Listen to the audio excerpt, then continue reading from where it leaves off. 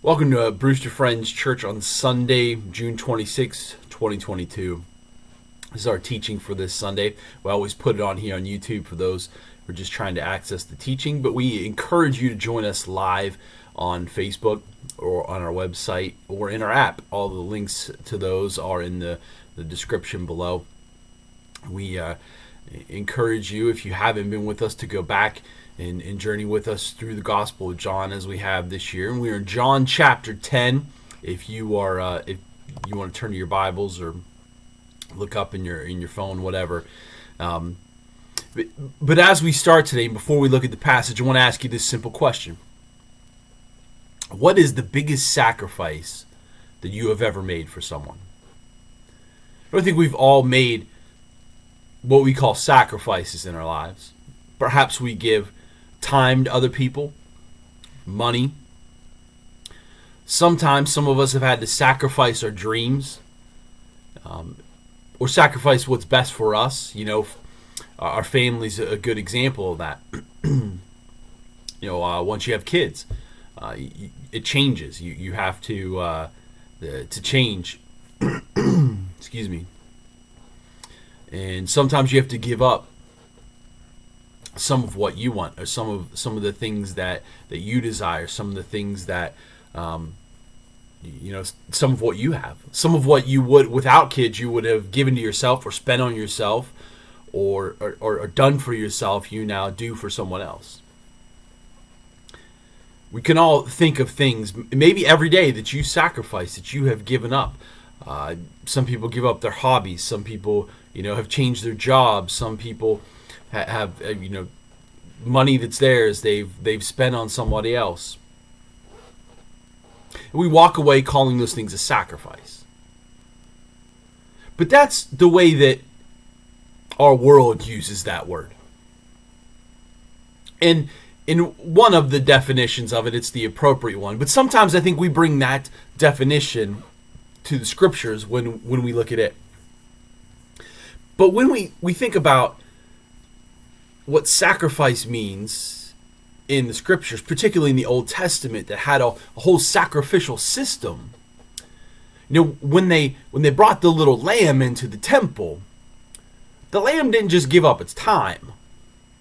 The lamb didn't, have to surrender its money or its dreams. No, the little lamb died and gave up its life. Sacrifice, in these instances, no matter what it was that you brought, you were surrendering it. So the sacrifice was twofold. Both, the lamb itself was giving something up, but the person who had the lamb, was bringing this lamb that was without blemish, that had value to them, and they were surrendering it. They were giving it over in a way that they would never get back. It was gone. They would bring in grain offerings, and those grain offerings could be burnt, or they were given to somebody else. They were gone. That sacrifice meant a complete surrendering of something.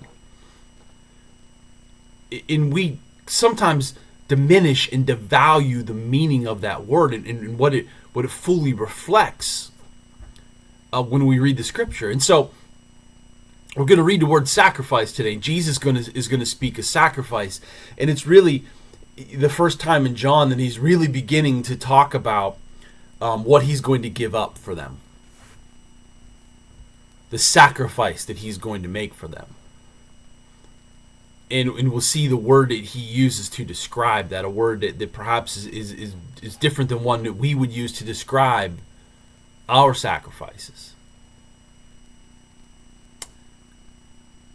But as we read that, don't just transpose your sacrifices onto that word. Don't think of it all like, oh, that's what I've given up, because it's not. There's twofold. Jesus is, here we have God who's giving something up. He's giving up his son.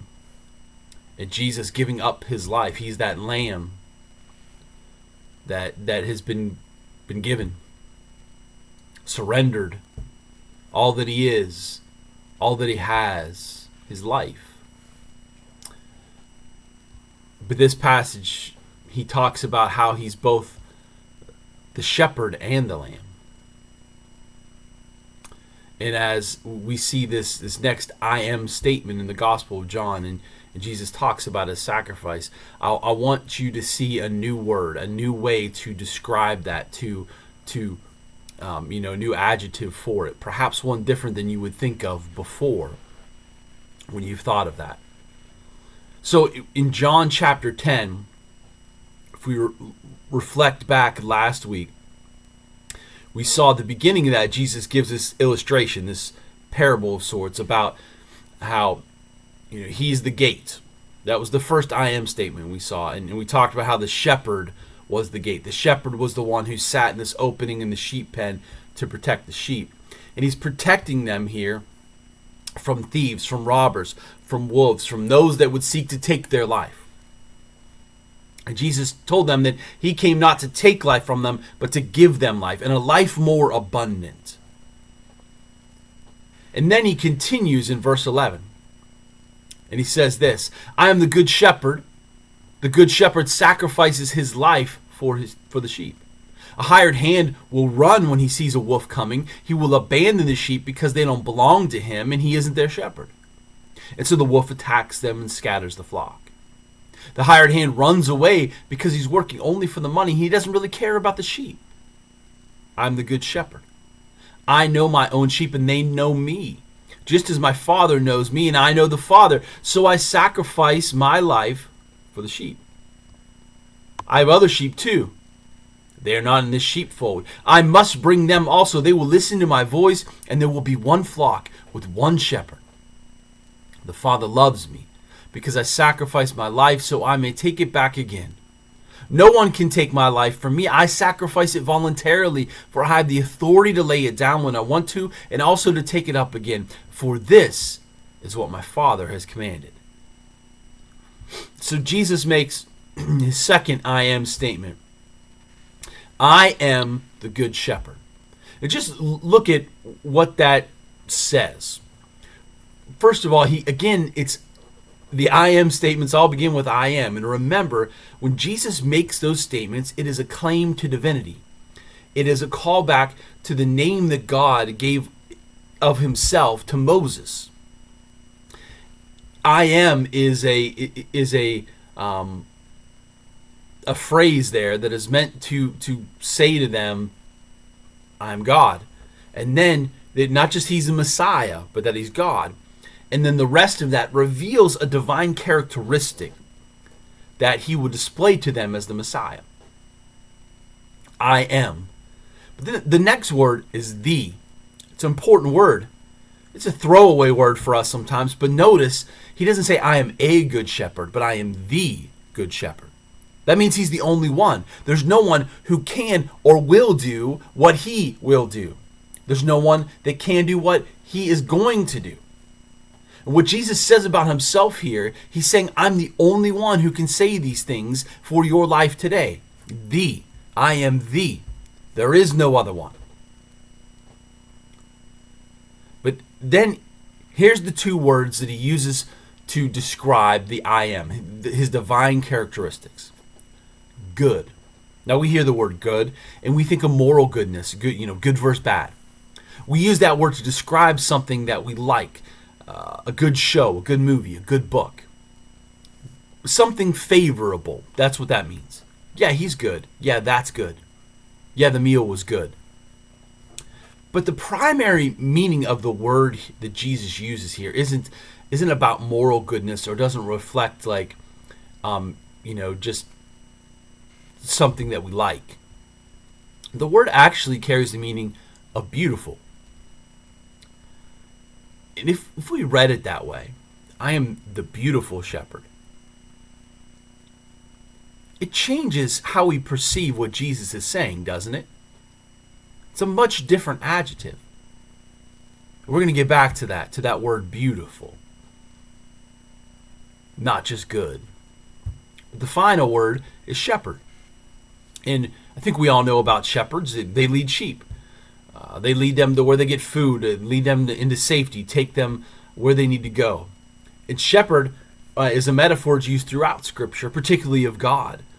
Psalm 23, the Lord is my shepherd. Genesis 49 describes God as the shepherd and the rock of Israel. Psalm 78 recounts how God led his people like sheep and guided them through the wilderness. All the good qualities of a shepherd are attributed to God: feeding, providing for, protecting, watching over, caring for, seeking out, bringing back the strays, rescuing, gathering, binding up the crippled, carrying the lambs in his bosom. But shepherd was not just a metaphor used by God here or God in the Old Testament. A shepherd had become a common metaphor for king. And so this is the way that this is a claim to be the Messiah. And underlying these I am statements about Jesus' divinity are also Jesus trying to make it clear to the people that he is the chosen one. As shepherds led their sheep, kings led their people. The Messiah was anticipated to be the king. And Jesus is trying to describe the kind of king, the kind of Messiah that he is.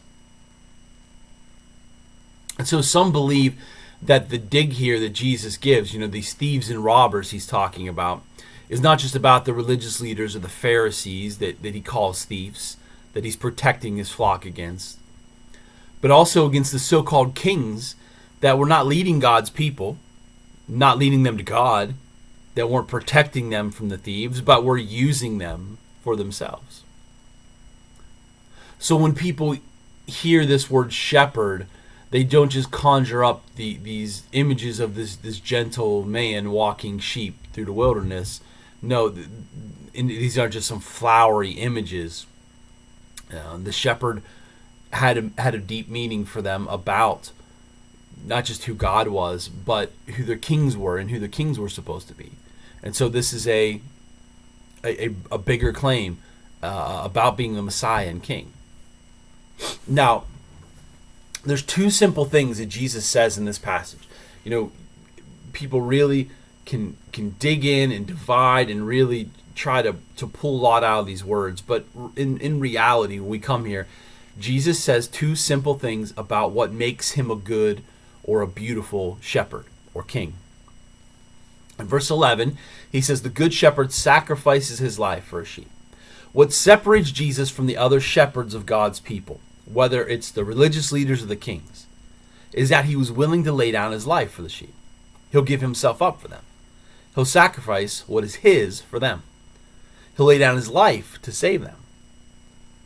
In verse 12, he compares himself to a hired hand, a shepherd who's paid to watch somebody else's flocks. They don't own the sheep, they're paid to watch the sheep.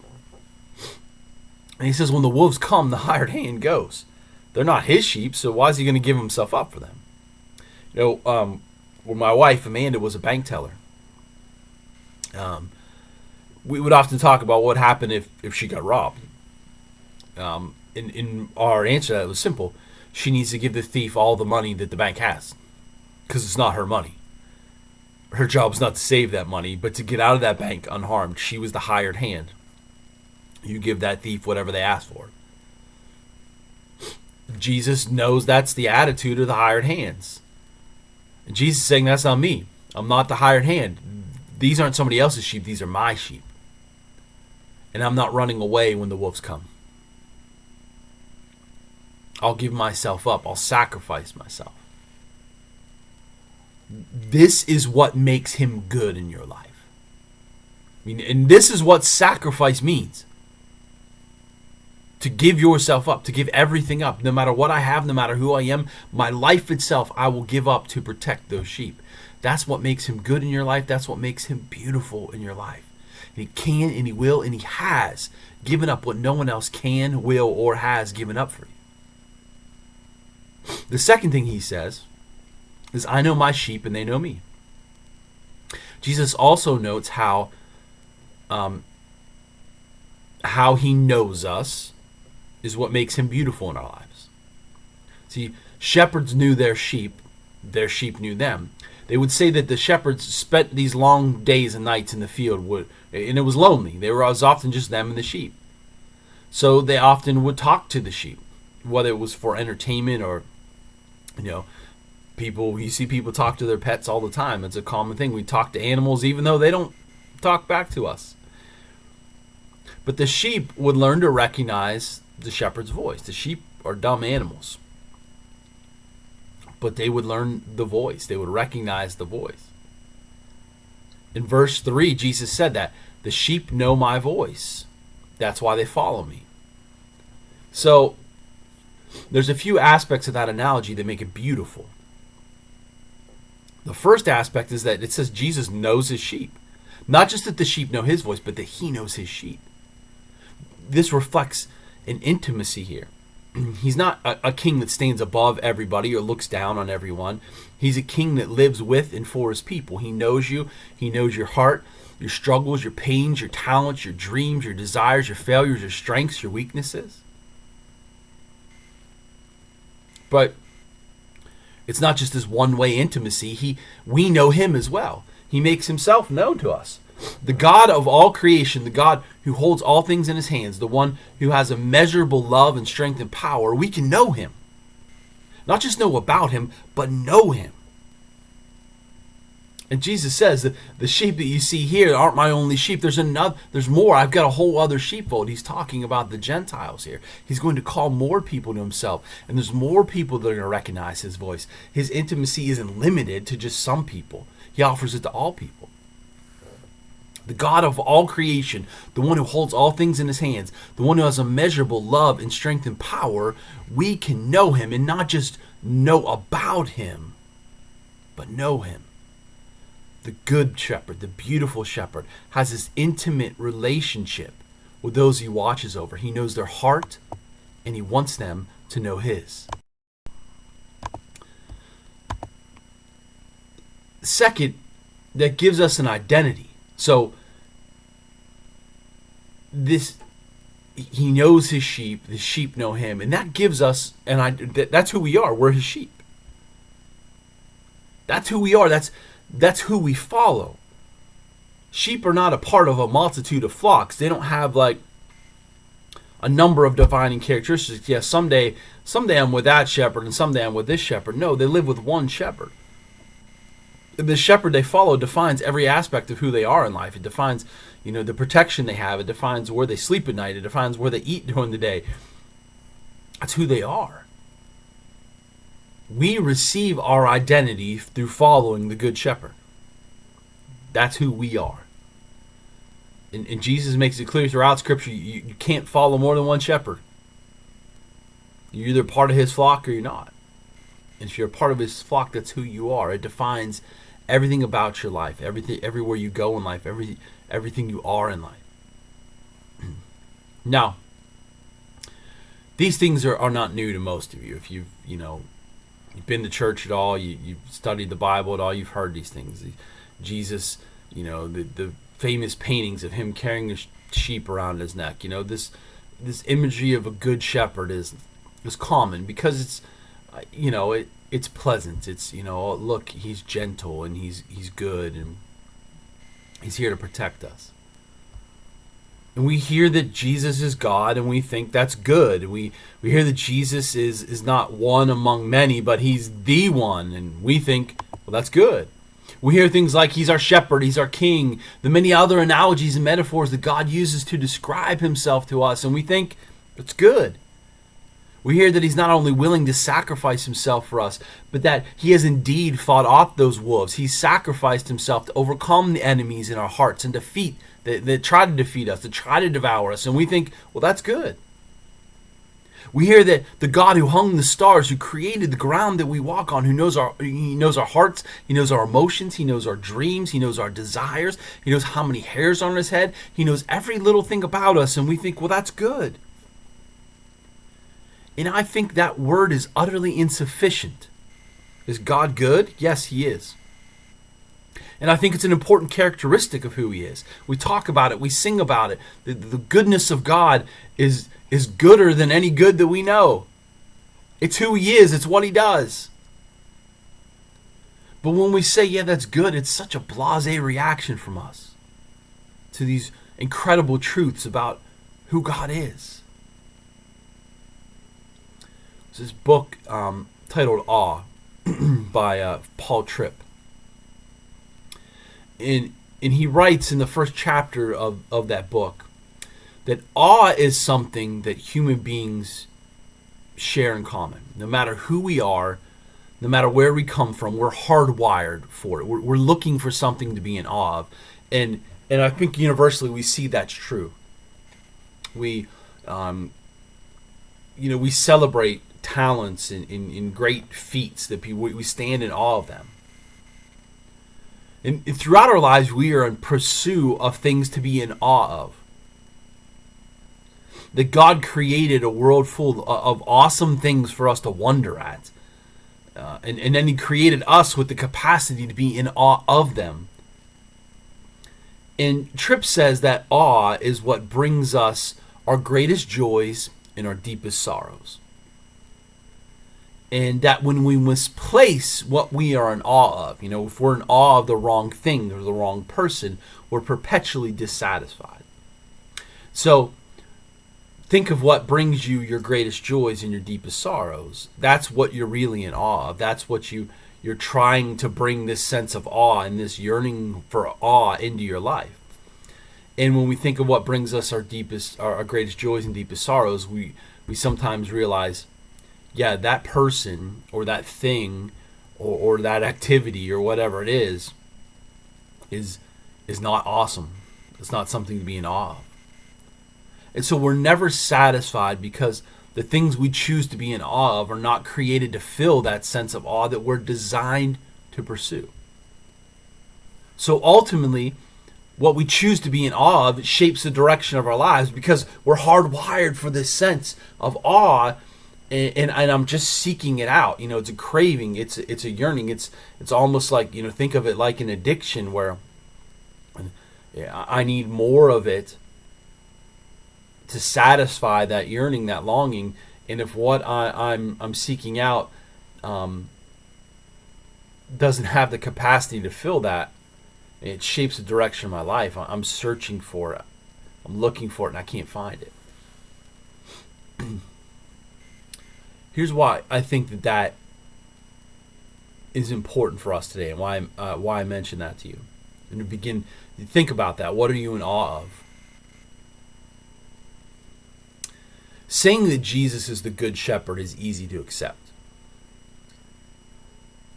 But if he's the shepherd, and we listen to what he says here, it means you and I are the sheep. And what we know about sheep is that they're dumb. They're easy to lose. They're easy to manipulate. They are utterly incapable of surviving on their own. And as dumb as sheep are, let me tell you something about them. Not for a second do they ever think about listening to a voice other than the shepherd's. They sleep at night without a care in the world. Not for a second thinking about the wolves that are lurking around them because they know the shepherd's sitting in the gate. They know he'll keep them safe. They don't worry about what pasture they're going to for dinner, or where they'll get the water, because that amazing shepherd is going to take us to it. They didn't see a shepherd and think, yeah, he's good. No, they were in awe of him. He wasn't good. He was beautiful. And there was no one and nothing like him. There was no one and nothing that could ever take their eyes or their ears off him. See, in him, in his sacrifice, in his love and his care, and his provision, his protection, in the relationship of complete trust that they had built with him, they lived in awe of his beauty. So when you hear that Jesus is your shepherd, calling you to be a part of his flock and live in his sheep pen, you should see his beauty and be in awe. When you hear that he's speaking, you know his voice, you should see his beauty in that and be in awe. When you hear that he loves you and that he wants to protect you, that he has mercy and grace for your every failure, that he has peace and joy in the midst of the chaos of your life, you should see his beauty and be in awe. when you hear that the creator of this world has entered into creation to live with it in the midst of the utter mess that we've made of it. And he did that so that he could sacrifice himself. Not just sacrifice things, but sacrifice himself fully, every part of himself, to overcome that mess, to redeem that mess, to save us from that mess, to make that mess new again. You should see his beauty and be in awe. How do you see the beauty of that shepherd whose voice is calling you today? There's a man named Brett Baddorf who was a missionary to the South Pole. I've never really had the calling to be a missionary in parts of the world, around the world, but if ever I thought about that, the South Pole is not a place that I would think of. That's not where you go. But here, to the ends of the earth, right? People are called all over to reach people wherever they are. And even though the South Pole, people don't live there really, there's a station there. There's a place there where, where people, scientists particularly, live. And so he lives and he works at this station in the South Pole. And it's such a remote place. It's so empty and devoid of life, and yet when he talks about his missionary journey there, he writes of how he's discovered the incredible beauty of God there. And he said his best moments there during the winter. I know we think it's always winter there, but it's still seasons, warmer, colder, more sun, less sun. And he says his best moments in the winter are spent where there's this, you're isolated, there's this darkness. And he can gaze out and has this crystal clear view of the Milky Way. And the stars and constellations that are invisible to us here in our modernized world are just on full display. And it'll be 90 degrees below zero, 30-degree wind chill. And it's daunting, he says. But every moment that he steps out in that cold and just looks, he feels God's overwhelming presence. And he says he's made aware of how big God is.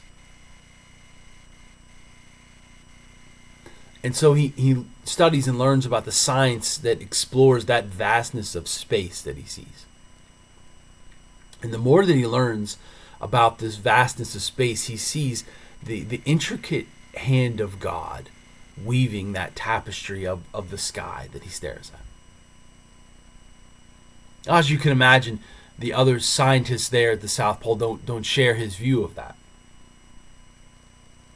And one person in particular at the station came out and told him that he was absurd amid all this, the infinite wonder that was around them, to believe that a God would bother with them.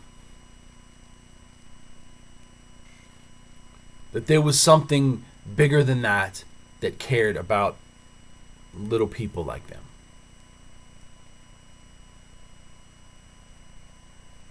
Gazing out into the vastness of the universe made them feel irrelevant to God. But he said, I felt the opposite. I didn't feel irrelevant. No, I felt the tender grasp of that infinite God. And so he says, with all that, with all the beauty that he sees, his most unique experience is standing beneath the aurora australis, the southern lights. And they have this scientific understanding of what's happening, of what they're looking at, of what this phenomenon is. But he says it's so easy to stand in awe of the Creator who moves behind this simple function and brings forth this inescapable beauty. That God at the same time is doing these simple things and yet bringing forth this beauty for them to see. And they watch as these green curtains of light dance above this barren, inhospitable landscape.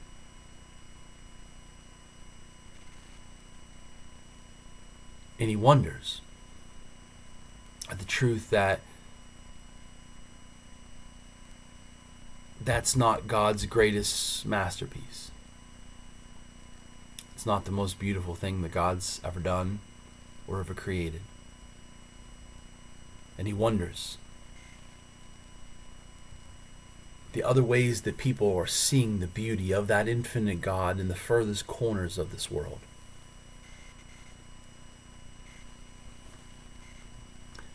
You see, friends, sometimes, I know some of you today, you struggle to see the beauty in life. You're looking out at what you face. You're looking at your struggles and your pains, your hardships, and you don't see the beauty. You don't see a beautiful shepherd. You don't see a good shepherd. Beauty and goodness are not what your eyes are fixed on right now. And I want to tell you today that you're in awe of the wrong thing. You're searching for beauty in life in the wrong thing, in the wrong person. Your eyes are fixed on something that won't allow you to see what you're looking for.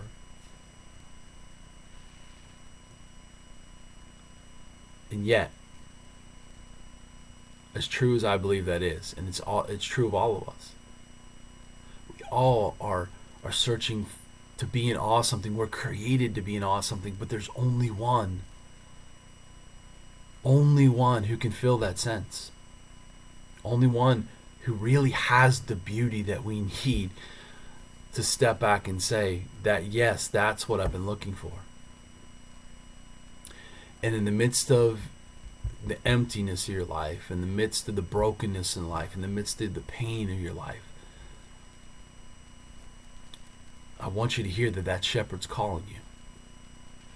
That good and beautiful shepherd, his voice is not unknown to you. In your loneliest of nights, he's been speaking to you, whether you've heard it or not, whether you've known it or not, his voice is there. And maybe you haven't recognized it yet, but it's there. And he wants you to hear him. And he wants you to come under the protection, the provision of his sheepfold. His voice is calling you, searching to fill the voids, the emptiness, the darkness that you've been searching to fill.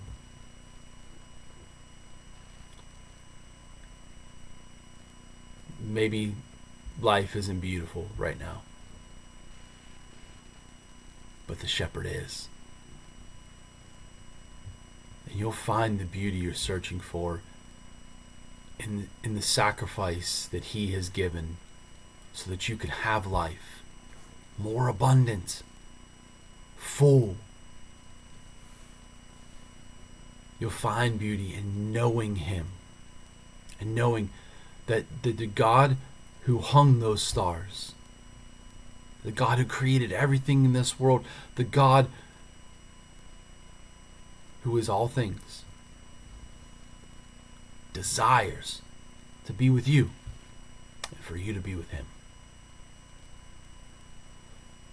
May you see his beauty in his greatness today. May you see his beauty in his desire to be with you. May you come to know that beauty, and may you come to know the fulfillment